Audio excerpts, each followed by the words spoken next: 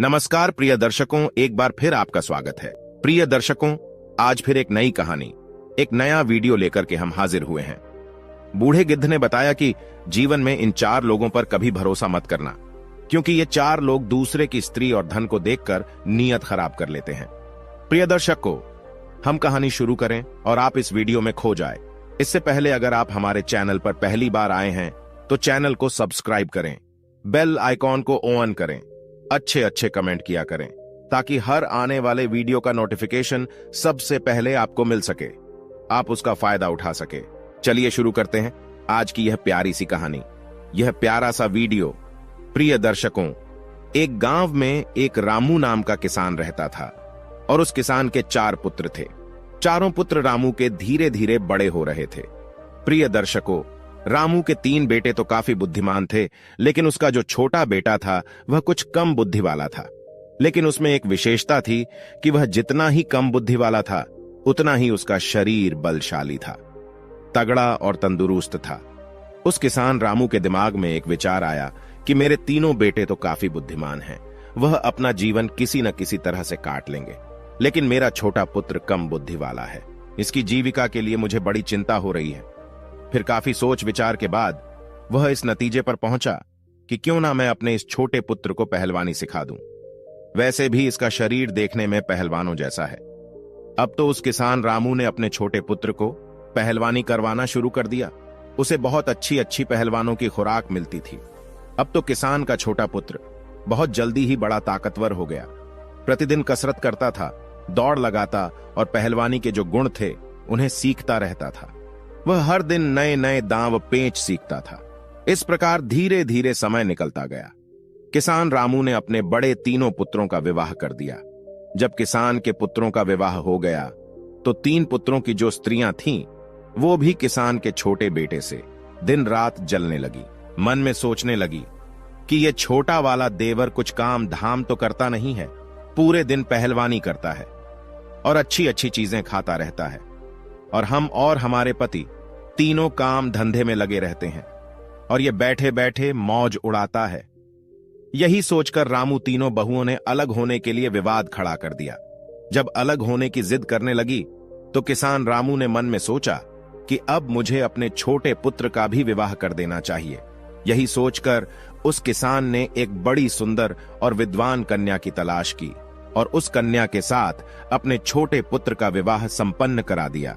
प्रिय दर्शकों, उस पहलवान की पत्नी इतनी सुंदर थी कि उस पूरे क्षेत्र में कोई भी स्त्री उसके समान सुंदर नहीं थी, और सुंदर होने के साथ साथ वो बड़ी विद्वान थी। उसे 14 विद्याओं का ज्ञान था। अब विवाह होने के बाद चारों पुत्रों को किसान ने अलग अलग कर दिया ताकि घर में किसी बात को लेकर विवाद ना हो। जब चारों बेटे अलग अलग हो गए तो किसान रामू के 3 बड़े बेटे काफी बुद्धिमान थे, इसीलिए वे तीनों अच्छी तरह से कमाने खाने लगे। वो हर काम जानते थे, खेती में भी खूब मेहनत करते थे, इसलिए उनका समय बहुत अच्छे से चल रहा था। परंतु जो पहलवान था उसका तो वही काम था, अच्छा खाना और प्रतिदिन पहलवानी करना। अब तो बहुत जल्दी ही उसके ऊपर कंगाली आने लगी। उसकी पत्नी उससे दिन रात लड़ने लगी, कहती थी कि तुम कोई काम नहीं करते हो, दिन भर खाली पड़े रहते हो, खाने को अच्छा चाहिए, इस तरह से हमारा गुजारा कैसे होगा। अब तो दोनों पति पत्नी में विवाद होने लगा। प्रिय दर्शकों, उसकी पत्नी जो थी वो काफी बुद्धिमान थी, काफी होशियार थी। एक दिन अपने पति से बोली कि तुम ऐसा करो, इस देश के राजा के पास जाओ और राजा से कहना कि मुझे नौकरी दे दो। तो पहलवान कहने लगा कि यह तुम क्या कह रही हो, मैं तो कोई काम ही नहीं जानता हूं, केवल कुश्ती लड़ सकता हूं और भोजन कर सकता हूं, और कोई काम तो मुझे कुछ आता ही नहीं है। तो राजा के यहां मुझे नौकरी कैसे मिल जाएगी, और मिल भी जाएगी तो मैं वहां क्या काम करूंगा। तो वो पत्नी कहने लगी कि तुम इस बात की चिंता मत करो कि मैं कुछ नहीं जानता हूं, मैं जो कहती हूं वो तुम करो। मेरे कहने से तुम महाराज के पास जाओ और महाराज से कहो कि महाराज, मैं आपके यहां नौकरी करना चाहता हूं। राजा जब तुम्हें नौकरी देने को तैयार हो जाए तो तुम उसके यहां लखटकिया के पद पर नौकरी पर लगना। पत्नी की बात सुनकर पहलवान कहने लगा कि लखटकिया क्या होता है। तब उसकी बुद्धिमान स्त्री समझाने लगी कि देखो, राजा के यहां 1 लाख टका रोज पाने वाला एक नौकर होता है, जो हर रोज 1 लाख टका रोज वेतन पाता है उसका काम यह होता है कि जो काम राजा से न हो सके, उसकी सेना से न हो सके, उसके किसी मंत्री से न हो सके, तो उस काम को लखटकिया को करना पड़ता है। तो पहलवान बोला कि मैं तो कुछ जानता भी नहीं हूं, फिर मैं उस काम को कैसे करूंगा। तब पत्नी बोली, देखो तुम चिंता मत करो, मैं हूं ना, आप तो बस चले जाओ वहां और महाराज से कहना कि मुझे लखटकिया की नौकरी चाहिए। प्रिय दर्शकों, पहलवान अपनी पत्नी की बात सुनकर उदास मन से राजा के दरबार को चल देता है। जब राजा के दरबार में पहुंचा तो महाराज ने देखा कि बड़ा बलवान पहलवानों जैसा शरीर वाला एक आदमी मेरे दरबार में आया है। तो राजा समझ गए कि शायद यह व्यक्ति नौकरी की तलाश में आया होगा। महाराज ने उससे पूछा कि आप किस लिए आए हैं? तो वह कहने लगा कि महाराज मुझे नौकरी चाहिए। राजा ने पूछा, अच्छा ठीक है, आप हमें बताओ कि आप करोगे क्या, आप क्या कर सकते हो? तब वो पहलवान कहता है, महाराज जो काम आपसे नहीं होगा, जो काम आपकी सेना से नहीं होगा, किसी मंत्री से नहीं होगा, वो काम मैं करूंगा, परंतु इसके बदले में मैं आपसे 1,00,000 टका रोज का वेतन लूंगा। राजा कहने लगा, तो अच्छा लखटकिया की नौकरी करोगे? वो पहलवान कहने लगा, जी महाराज।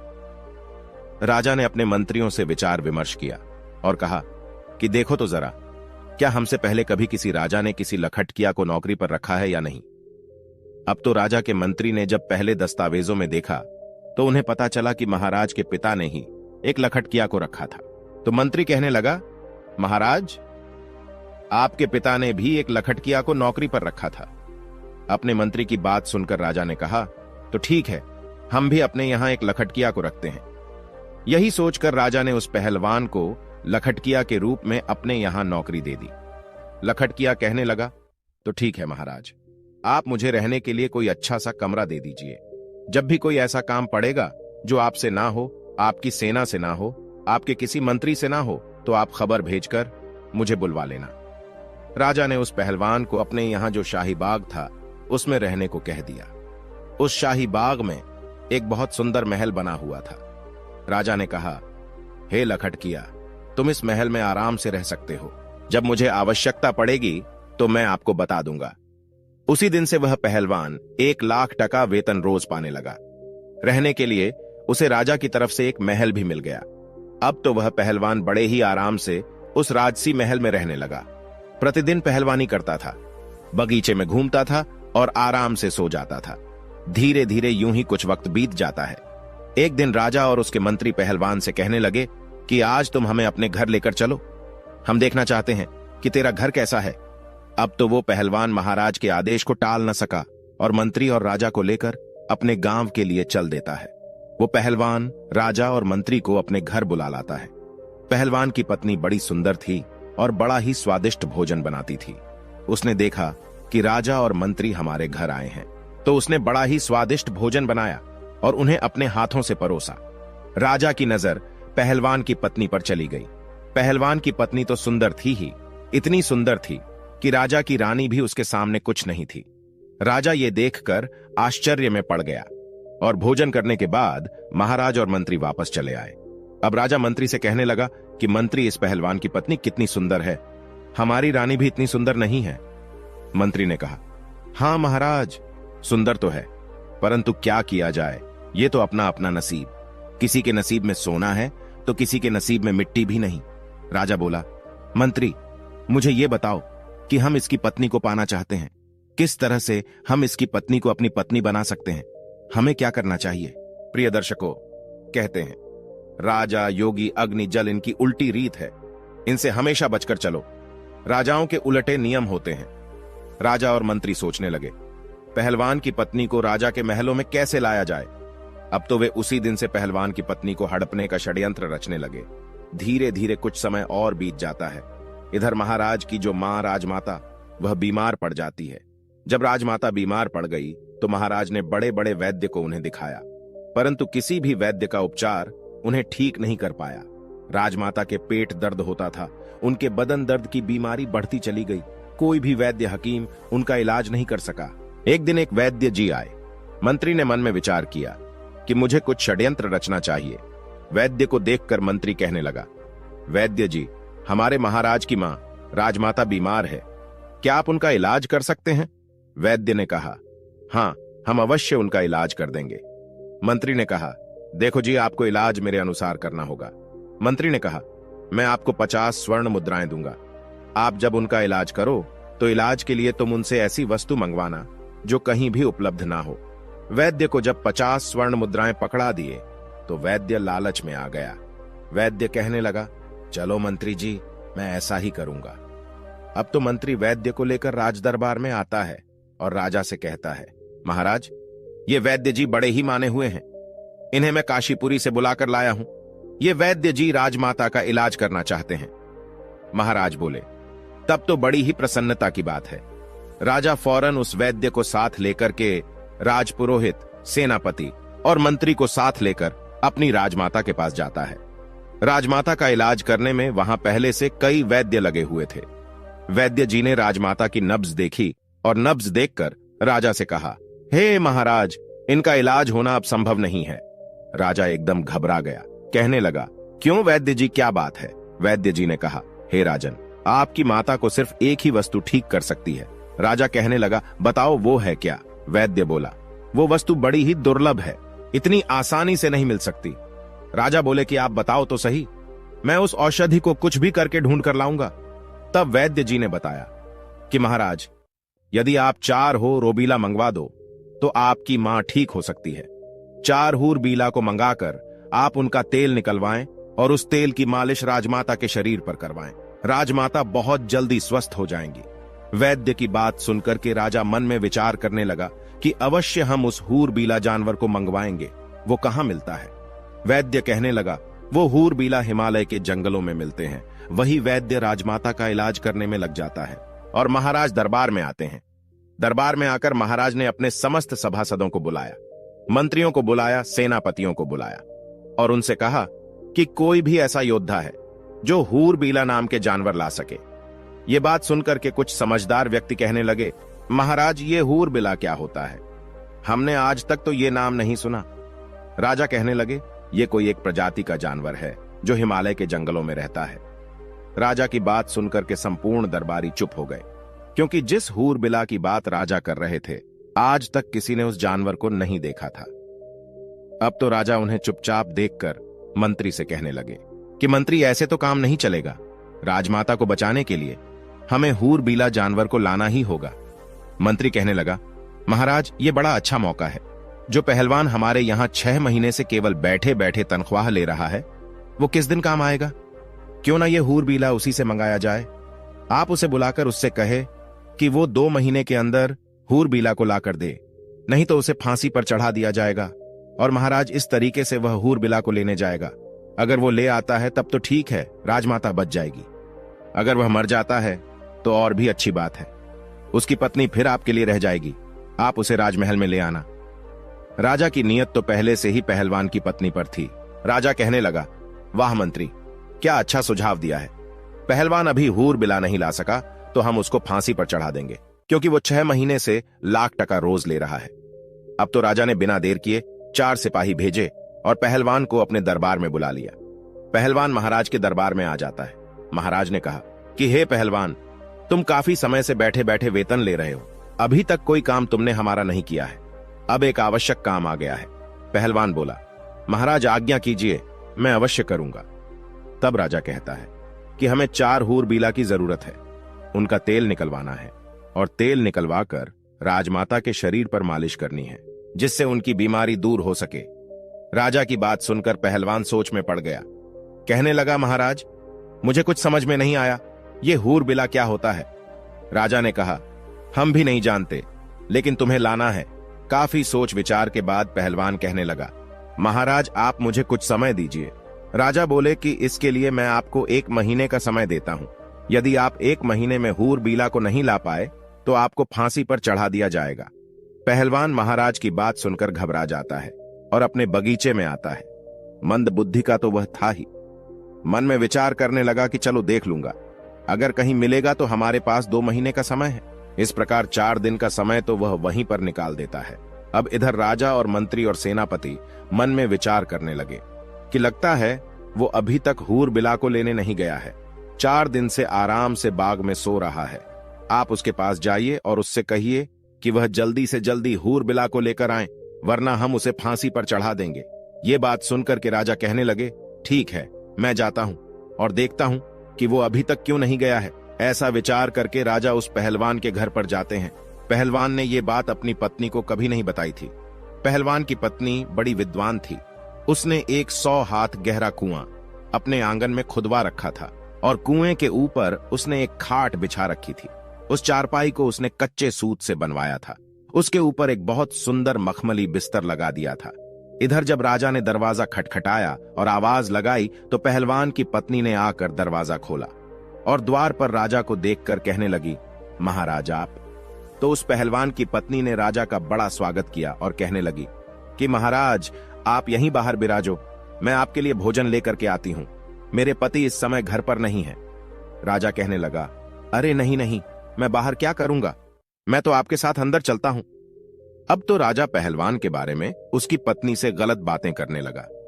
कहने लगा, हे सुंदरी, लगता है पहलवान आपको अच्छे से नहीं रखता है। अरे वो आपको क्या अच्छे से रखेगा, वो तो खुद दूसरे की नौकरी करता है। अगर तुम हमारे महलों की रानी होती तो जिंदगी कितनी खूबसूरत होती। राजा के मुख से जब इस तरह की मीठी मीठी बातें पहलवान की पत्नी ने सुनी तो वह समझ गई कि लगता है राजा की नीयत खराब है, इसलिए अब इनको सबक सिखाना चाहिए। पहलवान की पत्नी ने राजा से कहा कि आओ महाराज, अंदर आइए, आप ठीक कह रहे हैं, पहलवान किसी भी तरह से मेरे योग्य नहीं है। अब मैं ही उसको छोड़ दूंगी और आज से मैं तुम्हारे साथ रहूंगी। उसने और भी दिमाग से काम लिया। अब तो राजा उसकी बातों में आ गया और उसके साथ अंदर चला जाता है। उसके महल में पहलवान की पत्नी ने क्या किया, जो उसने कच्चे सूत का पलंग बनाकर कुएं के ऊपर बिछा रखा था, उसके ऊपर मखमल की चद्दर बिछा दी थी। उसने राजा से कहा कि आप इस चारपाई पर बैठिए, मैं आपकी सेवा करती हूं। जैसे ही राजा उस चारपाई पर बैठता है तो कच्चे धागे से बना हुआ वो पलंग टूटकर उसी कुएं में गिर जाता है। राजा उस कुएं में गिर जाता है। महाराज सोचने लगे कि ये क्या हुआ, अब तो मैं फंस गया। इधर महाराज नीचे गिर जाते हैं और उधर पहलवान बड़े आराम से समय पास कर रहा था। जब सुबह हुई तो पहलवान की पत्नी ने अपने अपने देवर जेठ के पुत्रों को बुलाया। उनके कई पुत्र थे। उन्हें बुलाया और उनसे कहा कि मैं आपको 2 स्वर्ण मुद्राएं दूंगी, इसमें एक व्यक्ति है, उसे बाहर निकालो। उसके पुत्रों ने उस राजा को बाहर निकाला और आदेश दिया कि इसको बांधकर इसके ऊपर 50 कोड़े लगाए जाएं। अब तो पहलवान की पत्नी के आदेश पर राजा को 50 कोड़े लगाए गए और कहा कि इसको वापस इसी कुआं में डाल दीजिए। उन पुत्रों ने वापस उसको कुएं में डाल दिया। पहलवान की पत्नी ने कहा कि एक मटके में पानी और 2 रोटी इस कुएं में नीचे रख दो। रस्सी की सहायता से रोटी और पानी भी कुएं में पहुंचा दिया। अब तो रोजाना राजा के साथ वैसा ही व्यवहार किया जाता था। उधर राजा मन में विचार करने लगा कि अब तो मैं बहुत बुरा फंस गया हूं। अब तो उसके भतीजे रोज उसको कुएं से निकालते और 50 कोड़े मारकर फिर से कुएं में डाल देते थे। राजा को पिटते पिटते 3 से 4 दिन हो गए। राजा जब अपने दरबार में नहीं पहुंचा, अपने घर नहीं पहुंचा, तो मंत्री विचार करने लगा कि महाराज को क्या हुआ। महाराज काफी दिन से पहलवान की पत्नी के पास गए थे, न जाने क्या कर रहे हैं, मुझे भी चलकर देखना चाहिए। ऐसा विचार करके मंत्री भी चल देता है और जब काफी अंधेरा हो जाता है तो मंत्री उस पहलवान की पत्नी के महल के द्वार पर पहुंच जाता है। आवाज लगाई तो पहलवान की पत्नी बाहर आती है। बाहर आकर देखा तो राजा के मंत्री थे। मंत्री कहने लगा कि देखो, मैं राजा का मंत्री हूं और आपसे मिलने आया हूं। पहलवान की पत्नी बोली, आप क्यों आए हैं? पहलवान की पत्नी के ऊपर मंत्री की भी नीयत खराब थी। मंत्री कहने लगा कि मैं इसलिए आया हूं, देखो पहलवान तो अब मर ही जाएगा, वह जीवित नहीं रहेगा, क्योंकि वह हिमालय के जंगलों में गया है और तुम कहां अकेली यहां रहोगी। इसलिए तुम मेरे साथ चलो, मैं आपको महाराज के महलों में लेकर के चलूंगा। पहलवान की पत्नी ने जब मंत्री की बात सुनी तो वह उसके दिमाग को भी समझ गई। उसने फिर से दिमाग से काम लिया और कहने लगी, आप मेरे साथ आइए। इस प्रकार पहलवान की पत्नी मंत्री को बुलाकर अंदर ले गई और उसी खाट पर, जिस पर कच्चा सूत लगा हुआ था, उस खाट पर मंत्री को बैठा दिया। मंत्री जैसे ही खाट पर बैठा तो एकदम से कुएं के अंदर गिर पड़ा और राजा के ऊपर जाकर गिरा। राजा देखकर कहने लगा कि मंत्री जी, तुम यहां कैसे? मंत्री ने कहा, महाराज आप यहां कैसे? जवाब दिया, मैं पहलवान की पत्नी की खातिर खुशामद में हूं। अब तू भी आ गया है तो और भी अच्छा हुआ। इधर जब सुबह हुई तो पहलवान की पत्नी ने अपने जेठ के पुत्र थे, अपने कुटुंब के जो पुत्र थे, उन्हें बुलवाया। उनका रोजाना का नियम बन गया था। वो आए और उन्होंने एक रस्सी डाल दी और उन्होंने बोला, नंबर 1। तो राजा कहने लगा, मेरा नंबर आया है, पहले मैं ऊपर जाऊंगा। इस प्रकार वह राजा को रस्सी पकड़वाकर ऊपर चढ़ा लेते हैं और उसे खंबे से बांध देते हैं। फिर दूसरा रस्सा डाला, उसको बोल, नंबर 2। तो मंत्री भी ऊपर आ गया, उसको भी खंबे से बांध दिया। फिर उनको 50-50 कोड़े लगाए, फिर से उसी कुएं में डाल दिया गया और कहा कि इनको 1 मटका पानी और 4 रोटी नीचे पहुंचा दो। रस्सी की सहायता से रोटी और पानी कुएं में नीचे पहुंचा दिया। अब तो राजा और मंत्री के साथ प्रतिदिन 50-50 कोड़े बरसने लगे। उनको रोजाना कोड़ों की मार पड़ने लगी। राजा और मंत्री दोनों के शरीर से चमड़ी उतर गई थी।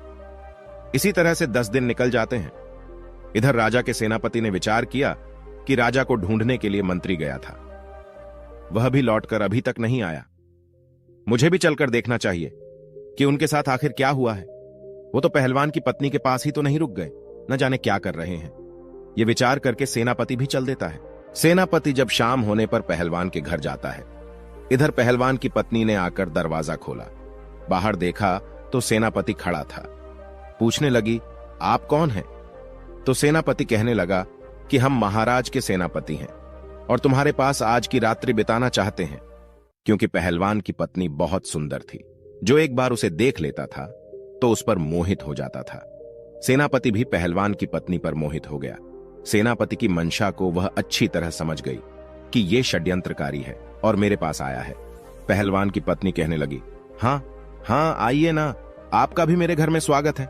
सेनापति भी उसकी बातों में फंस गया। सेनापति ने सोचा कि अब तो यह मेरी पत्नी होकर रहेगी, लेकिन पहलवान की पत्नी बड़ी विद्वान थी। उसने उस सेनापति को भी उसी खाट पर बैठने को कहा और जैसे ही वह कच्चे सूत की खाट पर बैठा तो वह भी नीचे कुएं में गिर गया। उसमें राजा और मंत्री तो पहले से ही पड़े हुए थे। जब राजा ने और मंत्री ने सेनापति को देखा तो कहने लगे, सेनापति तुम? सेनापति बोला, जी महाराज, अरे आप भी इसी में हैं, मैं आपको ही तो ढूंढने आया था। राजा बोला, तुमने ढूंढ लिया हमें, अब सुबह देखना क्या होता है। सेनापति बोला, क्या होगा? मंत्री बोले, सुबह देखना, अभी चुपचाप सो जाओ। जब सुबह हुई तो पहलवान की पत्नी ने अपने देवर जेठ पुत्रों को बुलाया। वो सब लोग आए और उन्होंने आकर रस्सा नंबर 1 डाल दिया। उसे पकड़कर राजा ऊपर आ गया। राजा को रोज की तरह खंभे से बांध दिया। फिर दूसरा रस्सा डाला, मंत्री भी उसे पकड़कर ऊपर आ गया। इसी तरह से तीसरा रस्सा भी डालकर सेनापति को भी ऊपर निकाल दिया। इस प्रकार से पहलवान की पत्नी ने आदेश किया कि कैदी नंबर 1 को 25 कोड़े लगाए जाएं, कैदी नंबर 2 को 200 कोड़े मारे जाएं और कैदी नंबर 3 को 300 कोड़े मारे जाएं। पहलवान की पत्नी की बात सुनकर उन सभी पुत्रों ने कोड़े मारने शुरू कर दिए। कोड़ों की मार पड़ने से उनकी चमड़ी निकल आई। कोड़े मारने के बाद रस्सियों के सहारे उन्हें उसी कुएं में फिर लटका दिया। उसके बाद उन्हें पीने के लिए मटके का पानी और 6 रोटी उसमें डाल दी। धीरे धीरे समय निकलता गया। राजा, मंत्री और सेनापति तीनों को प्रतिदिन मार पड़ती थी। उनकी पीठ पर रोज कोड़े बरसते थे। अब तो वह बड़े परेशान होने लगे। कहां वह पहलवान की पत्नी को लेने आए थे और कहां उल्टे उनकी ही जान के लाले पड़ गए। अब एक दिन कोतवाल, जो राजा के कोतवाल थे, उन्होंने मन में विचार किया कि चलिए मैं भी चलकर देखता हूं कि महाराज और मंत्री और सेनापति जी अभी तक क्यों नहीं आए। जो भी पहलवान की पत्नी के पास जाता है वो लौटकर क्यों नहीं आता है। न जाने क्या कर रहे हैं वे लोग, मैं चलकर देखता हूं। ये विचार करके कोतवाल भी चल देता है। वो घोड़े पर बैठा और चल दिया। कोतवाल ने मन में विचार किया कि मैं चलकर देखता हूं कि महाराज, सेनापति और मंत्री तीनों पहलवान की पत्नी के पास रुककर क्या कर रहे हैं। ऐसा क्या है वहां। ऐसा विचार करके कोतवाल अंधेरे में पहलवान के घर जाते हैं और उसने दरवाजा खटखटाया। आवाज लगाई तो पहलवान की पत्नी समझ गई, लगता है कोई राजा के यहां से कोई आया है। उसने दरवाजा खोला तो देखा द्वार पर कोतवाल खड़ा है। यह देखकर पहलवान की पत्नी कहने लगी कि तुम कौन हो। तो उसने बताया कि हम कोतवाल हैं, राजा के यहां से आए हैं। कोतवाल ने जब पहलवान की पत्नी को देखा तो वो भी उसकी सुंदरता पर लट्टू हो गया और वो भी उसी के घर रात में रुकना चाहता था। पहलवान की पत्नी बोली कि आपका स्वागत है। उसी रात कोतवाल को भी ले जाकर उसी कच्चे सूत के पलंग पर बैठा दिया। और जैसे ही कोतवाल चारपाई पर बैठा एकदम से नीचे कुएं में गिर गया। राजा, मंत्री, सेनापति पहले से ही उसमें नीचे थे। ये देखकर राजा कहने लगा, कोतवाल जी, आप भी यहां आ गए। कोतवाल ने पूछा, राजा साहब, आप यहां क्या कर रहे हैं? राजा ने कहा, सुबह देखना यहां क्या होता है। कोतवाल कहने लगा, महाराज क्या होगा? राजा ने कहा, सुबह देखना, अब आप आराम से रात्रि में विश्राम करो। इधर सुबह हुई तो पत्नी ने अपने देवर और जेठ के पुत्रों को बुलाया और 4 रस्सी उस कुएं में डलवाई। एक एक करके राजा, सेनापति, मंत्री सभी को बाहर निकाला और फिर सभी को 50-50 कोड़े मारे गए। इसके बाद चारों को फिर नीचे उतार दिया और उनको एक मटका पानी और 8 रोटियां खाने को डाल दी। अब तो पहलवान की पत्नी का नियम बन गया, अपने देवर जेठ के पुत्रों को बुलाती, उन्हें बाहर निकलवाती और उनको 50-50 कोड़े लगवाती। उसी कुएं में फिर से उन्हें नीचे डाल देती। अब तो वे चारों उस कुएं में पड़े पड़े बीमार पड़ने लगे। अब तो राजा मन में विचार करने लगा कि यहां से कैसे छूटा जाए। अब वे मन ही मन बहुत दुखी हो रहे थे। इधर पहलवान मन में विचार करने लगा कि अब मैं हूर बीला को कहां से लाऊं? अगर नहीं ले गया तो राजा निश्चित ही मुझे फांसी पर चढ़ा देगा। सोचने लगा, चलो अपनी पत्नी के पास चलता हूं, यदि वह कोई उपाय बता दे तो शायद मैं इस मुसीबत से निकल सकता हूं। निराश हृदय से पहलवान अपनी पत्नी के पास जाता है। जब अपने पति का चेहरा उदास देखा तो उसकी पत्नी पूछने लगी, ऐसा क्या कारण है जो आपका चेहरा इतना उदास है? तो वो कहने लगा, अब मुझे राजा फांसी की सजा देने वाला है। उसकी पत्नी ने पूछा, क्यों जी, राजा आपको फांसी पर क्यों चढ़ाएंगे? पहलवान ने कहा कि उसने मुझे ऐसा काम बताया है जो मुझसे होगा ही नहीं। पहलवान की पत्नी बोली, ये बताओ तो सही, राजा ने तुम्हें क्या काम बताया है जिसको लेकर आप इतने चिंतित हैं? पहलवान ने सारी बात अपनी पत्नी को बताई और कहा कि महाराज ने मुझसे 4 हूरबिला मांगे हैं और वे हूरबिला हिमालय के जंगलों में मिलते हैं। राजा उनका तेल निकलवाएंगे। राजमाता बहुत बीमार है, उस तेल से राजमाता की मालिश की जाएगी। पत्नी कहने लगी, बस ये छोटी सी बात है, मैं तो घबरा गई थी, पता नहीं कौन सी बात होगी। अरे ऐसे हूरबिला तो हमारे जंगलों में काफी है, मैं अपने बालकों से कहकर पकड़वाकर आपको दे दूंगी। आप तब तक 4-5 दिन के लिए अपने ससुराल चले जाओ, उन्होंने आपको बुलाया है। पहलवान अपनी पत्नी के कहने पर अपने ससुराल चला जाता है। मंद बुद्धि का तो वह था ही। वो मन में विचार करने लगा, इसका मतलब मेरी मुसीबत मेरी पत्नी दूर कर देगी। इधर पहलवान की पत्नी ने अपने जो बच्चे थे, देवर जेठ के पुत्र, उन्हें आदेश दिया। उनसे कहा कि आप कुछ पंखों की व्यवस्था करो, चिड़िया के, कबूतर के, मोर के, समस्त पक्षियों के पंख ज्यादा से ज्यादा लेकर के आओ और एक कमरे में उन पंखों को भर दो। उसके देवर जेठ के पुत्र वो छोटे छोटे बालक ही थे। उन्होंने 2 दिन में ही कमरा पंखों से भर दिया।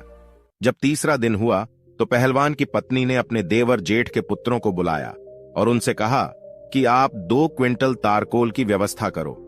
इस प्रकार से तारकोल की व्यवस्था की गई।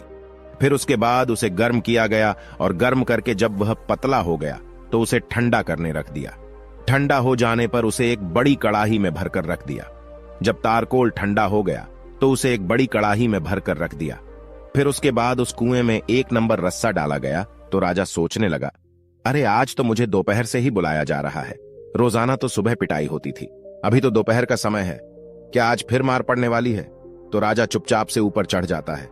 पहलवान की पत्नी वहां डंडा लेकर के बैठी थी। उसने राजा से कहा कि यह कढ़ाई रखी है, इसमें स्नान करो, यदि ज्यादा आनाकानी की तो इस डंडे की मार पड़ेगी। राजा चुपचाप डर के मारे उस तारकोल से भरे कढ़ाई में घुस जाता है और जब वह बाहर निकला तो संपूर्ण शरीर पर तारकोल लिपट गया। पहलवान की पत्नी बोली, इस कमरे में जाइए और इसमें आराम से लेट जाइए। राजा को उस कमरे में भेज दिया गया जिसमें हजारों पक्षियों के पंख पड़े थे। राजा जैसे ही उस कमरे में लेटा तो पक्षियों के सारे पंख उनके शरीर से चिपक गए। राजा जैसे ही उस कमरे में लौटे तो पूरे शरीर से पंख ही पंख चिपक गए। इसके बाद राजा को एक लोहे के खूंटे से बांध दिया। इस तरह से नंबर 2 रस्सा डाला गया। मंत्री को बुलाया गया। मंत्री सोचने लगा, अब मुझे बुलाया जा रहा है, राजा साहब अभी तक नीचे नहीं आए, हो सकता है उन्हें छोड़ दिया हो, लगता है आज हम सबको रिहा किया जा रहा है। तो मंत्री बड़ी जल्दी जल्दी ऊपर चढ़कर आ जाता है। ऊपर चढ़कर जब आया तो देखा कि पहलवान की पत्नी डंडा लेकर बैठी हुई है। मंत्री से कहा, चलो इस कढ़ाई में स्नान करो। मंत्री गिड़गिड़ाने लगा, परंतु पहलवान की पत्नी ने उसे बलपूर्वक उस कढ़ाई में गिरा दिया। जैसे ही कढ़ाई में मंत्री जी गिरे तो वो भी कोलतार में पूरे नहा गए।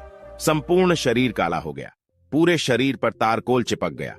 फिर उसके बाद मंत्री को भी उसी कमरे में भेजा गया जिसमें पंख पड़े हुए थे और उनसे लेटने को कहा कि जाकर उस कमरे में सो जाओ।